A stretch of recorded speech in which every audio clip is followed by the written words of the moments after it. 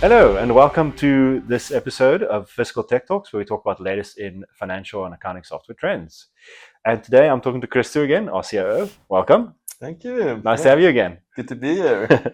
And then today we're going to be talking about a very specific part of Cin7, because it's obviously a large part of any manufacturing company is figuring out how to actually organize that on the software side, on the back end. So I'm really interested to find out a bit about that. So let's start out. I've heard the term co-manufacturing. So can you explain a bit about that, please? Yeah, for sure. Okay, so we see it with a lot of our clients that they use co-manufacturing, and the main concept about that is, or with that is, that you have outsourced manufacturing. So you typically would buy your raw materials, have it delivered to a manufacturing location, and then a different company manufactures it for you, gives you back a finished product, which you can then ultimately sell. Okay. So broad strokes, that's what it is. We have seen quite a few different iterations of it, which I think is quite interesting. So we have seen where companies buy raw materials, do a bit of production or manufacturing on their side, send it to their outsourced manufacturing plant to do another step, and then it comes back, or even actually directly to a 3PL. That happens quite often as well. Or the other way around, where they send the stock there, it gets manufactured to a certain form, comes back, they do a bit of manufacturing on their side, and then send it to a 3PL to ship it to the clients. Okay. So that's what.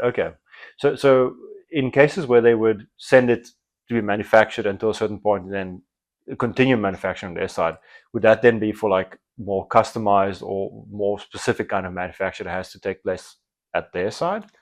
Or, yeah. So it could be that you get some economies of scale if you do, let's say, a base manufacturing at an outsourced manufacturing plant. So it might be that you have big amounts of raw materials that gets condensed into a smaller product. So it could be that, and then there might be specialized tools that are very expensive to buy or to set up or to manage, and specialized skills. So there might be a cost advantage to actually sending it to an outsourced manufacturer that focuses on that specific type of manufacturing, and then coming back, doing maybe some adjustments, some tweaks at your manufacturing plant, and then having a raw material. Yeah. That makes sense. It's because it's kind of trying to avoid reinventing the wheel then, I guess, because there are specific people who are very good at specific parts of the manufacturing process already. Okay. Exactly. Okay. Or the other side is you want to do a last bit of finishing on your side that makes your product unique. Okay. So it might be something that you don't, let's say, a little bit of your IP or a little bit of your flair as a company that you want to add to that specific product that you don't want to do it in bulk, maybe some handcrafted work or some final packaging that's really unique to your product. Okay, that makes sense. So then why would that seems to make a lot of sense to me. So why wouldn't everyone just go manufacture? Why would everyone take on the whole bulk of manufacturing process? Because it seems like a lot to take on. Yeah, it is. It is. The thing is, if you do manufacture well, you can make it quite a bit cheaper, right? Because if you think about the reality of it is, if you co-manufacture and there is a service that somebody delivers to you, they're going to add a margin there. Yeah. So the reality is, if you have those skills built in-house, you've got the economies of scale, you've got the capital to buy the machines that's needed to produce it, then you can make that margin. So that is why. We also see a lot of companies that start out with their own manufacturing because they might be passionate about a product, they know how to make it, they figure it out themselves, and then they start growing, buying more, little bit by little, buying more machinery, getting more skilled labor. So then they start building that competency within their company. Okay. Yeah, so that's what we've seen. And then also, I mean, in some of those cases, they would say, okay, we're not going to buy more machines to do this simple part of the manufacturing. We can do it very cheaply at an outsourced plant, and then bring it back in. So yeah, there are different scenarios that work for different companies at specific time. It's time of their growth or their development. Okay. Yeah.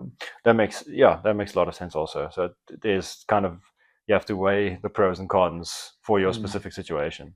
Yeah, and in some cases you might get tax breaks or incentives Oh, yeah. because you're doing manufacturing. We've seen that before in different regions.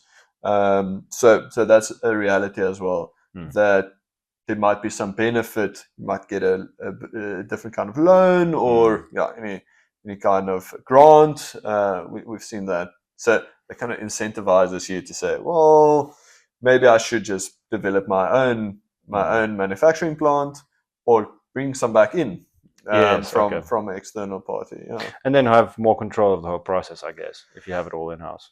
Yeah, for sure. Okay. Yeah, the quality is a big part of it. And yeah, it depends on like how much control you want.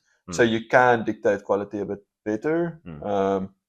I suppose when you do outsourced manufacturing, that's a big part of it, is the quality control. Because you're sending your raws there, or even, I mean, in most cases, you're not actually touching your raws. So it goes straight from raw material, your supplier, straight to the third party or outsourced manufacturing plant. So you're not seeing that. So you're relying on your co-manufacturer to do the quality control at that point, then producing it, and then it goes to your 3PL, where you're also relying on them to do the quality control. So yes, you're losing a lot there. Obviously, if you're sending it back to your own manufacturing, your own warehouse, if you distribute it, then you've got more control of the quality. But you can hear, if you do all of that, all three steps, you're losing a lot of control over quality. And obviously to have a lot of trust in those companies doing the quality control and the added costs of doing quality control. Yes, that's another element. Yeah, because what can happen is that you can only, by the time that you hear about defects, it's from your end consumer. Right, so not the best. Yeah, so that could have an impact on your customer experience and reputation. For sure. So there are some pitfalls to it if you don't manage it well, and depends on what kind of product. For some, it's very easily to visually inspect if it has any defects. For others, not really. You really have to use it for the first time, open it out of your packaging, to use it for the first time before you'll see any defects there. So like technology or something like that, perhaps. For sure. Yeah. You need to kind of use it first. Okay, that makes sense. So that is a risk with it. So then how does that then tie into Cin7? How does Cin7 kind of control that whole process or give you control of that process? Good question. So the main thing that we want to achieve with just a financial operation system or inventory management system is we want to have accurate costing in this case. So yes, we want to control the process, so the process workflow, but the main reason we do it is so that we have accurate costing. So the question is actually, how can we use Cin7 to take all of those costs into consideration? So we're talking about, let's say you've got a supplier at the other side of the country, their raw materials come in, you are the person that organizes shipping, you get a separate shipping invoice. How do you tie those costs, the landed cost, together? So there's the landed cost feature you can use within Cin7. That's quite standard. But then it's about saying, okay, now the raws are there. Now we get our co-manufacturer to provide a service to us. pretty much, Mm. and change that into a, let's say, just a finished good. Let's say we don't do an extra step. Mm. Then we want to take that service component that our co-manufacturer gives to us, add it to our cost of our product, and change the form of our product. Right? That's the reality of the reality of what we wanted to achieve. Yes. So we want the landed cost of our raw materials plus any services that we've added. We want to combine those to get the price that we actually pay, and then obviously move it to our whatever warehouse, and there might be a cost involved there. Also, just moving it to our warehouse or a third party warehouse. So we will use another landed cost procedure there. So that is, I would say, almost the most one of the simple scenarios. So we have found that we can use simple manufacturing for some of those cases. If it's really like, we know this is it, it's a very linear process, send this, get this out, quite easy to manage. We can use Cin7 simple manufacturing. Okay. But if it's something that's a bit more complex, maybe multi-stage manufacturing, maybe very long lead times, different components coming from different places, once again, in different stages, then we really want to use Cin7's advanced manufacturing. That's actually the best way to do it, because then we can plan our production better. Simple manufacturing doesn't allow us to do that, but we can plan what is coming in, how much we need to use, and then the back of that also say how much do we need to then order from our raw material suppliers or send ourselves in order to fulfill our planned production. So that's the two ways we can do it. So I would say the simple manufacturing is a bit of a workaround almost, where the advanced manufacturing is designed to really do this and do it well. And get all the costs in that we know of, and really be able to put it more on a timeline than just this is the end product.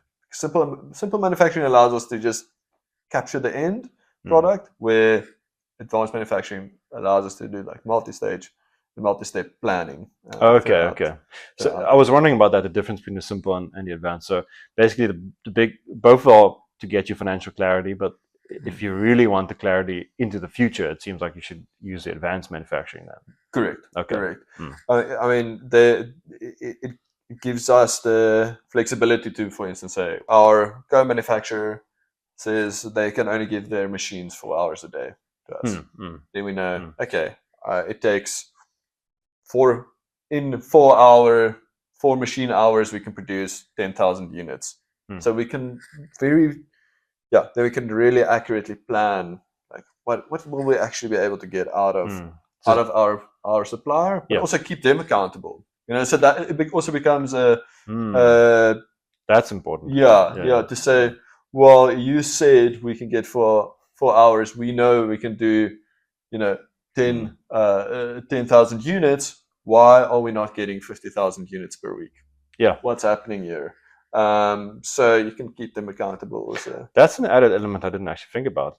Because the more information you have, the more you can use that information to make sure everything is working as it should be. That's something I didn't think about. If you think about it, even if it's outsourced, you still need to manage it. So if you're going to push them and keep them accountable, they'll produce better results. That's how it works. The same with the 3PLs. If you're not checking their SLAs to see that they are actually sending out packages within their agreed time frame, they'll just possibly just not do it. Who knows? Unless you're looking, who knows? Exactly. So with any outsourced service, it's still your responsibility to really make sure that you understand the process and you understand what you can expect out of the process. That's what financial operations really is. Just because it's not your factory Yeah. Doesn't mean you shouldn't be managing it. Yes. Yeah. So yeah, It's your product still at the end of the day, and you need to be responsible for what happens to it every step of the way, I guess. Yeah, and you're paying them for it. Yeah. So it's not as if they're doing you a favor. Yeah, exactly. You're paying them. It's a win-win situation. Yeah. So it is still something you need to manage. Okay, that makes a lot of sense. Yeah, it seems like that would be the way to go then. Because co-manufacturing, while it has its advantages, like I do see the advantage of doing that, especially if you're at a stage where you want to. You can't really invest too much in your own factory to get it to the point where you're doing the stuff that the co-manufacturer might be able to do. But it seems like you actually want to get to the position where you can do everything yourself, because then it's like that zero trust kind of mentality. So you have like 100% visibility over the whole workflow of the product. And then it seems like if you do that, then you should be also using advanced manufacturing to make sure everything is working as it should. Yeah, I think I think you're right. But there are some cases where you don't, your focus, because it's all about focus also. Like where are you focusing on? You're focusing on the production of the product and really getting your efficiencies there, or are you on the other side more focusing on your developing of your product and or marketing of it? So there are and at different stages of your company, it could fluctuate where the importance is. But it can definitely, advanced manufacturing can work for both. That's the great thing. So even if you do take your production in-house, then it's still going to be the perfect solution. So, or even if you're at a stage where you're currently doing everything in-house and you're sending a part of it or all of it out to an external party, it will still be the right tool for you or the right module for you. So I think it's the flexibility that you get with it is amazing. Amazing. Yeah, that's the things that software can do these days. Why not use it? For sure. Thanks so much. I actually understand now the difference, because I've always wondered about the difference between different modules, and co-manufacturing was a new concept to me, because it makes sense people do it. It just I didn't think there was a whole like term for it and everything that goes in and out of it. So thanks for explaining that. Cool, it's a pleasure. Thank you. And we'll see you again, and see you next time.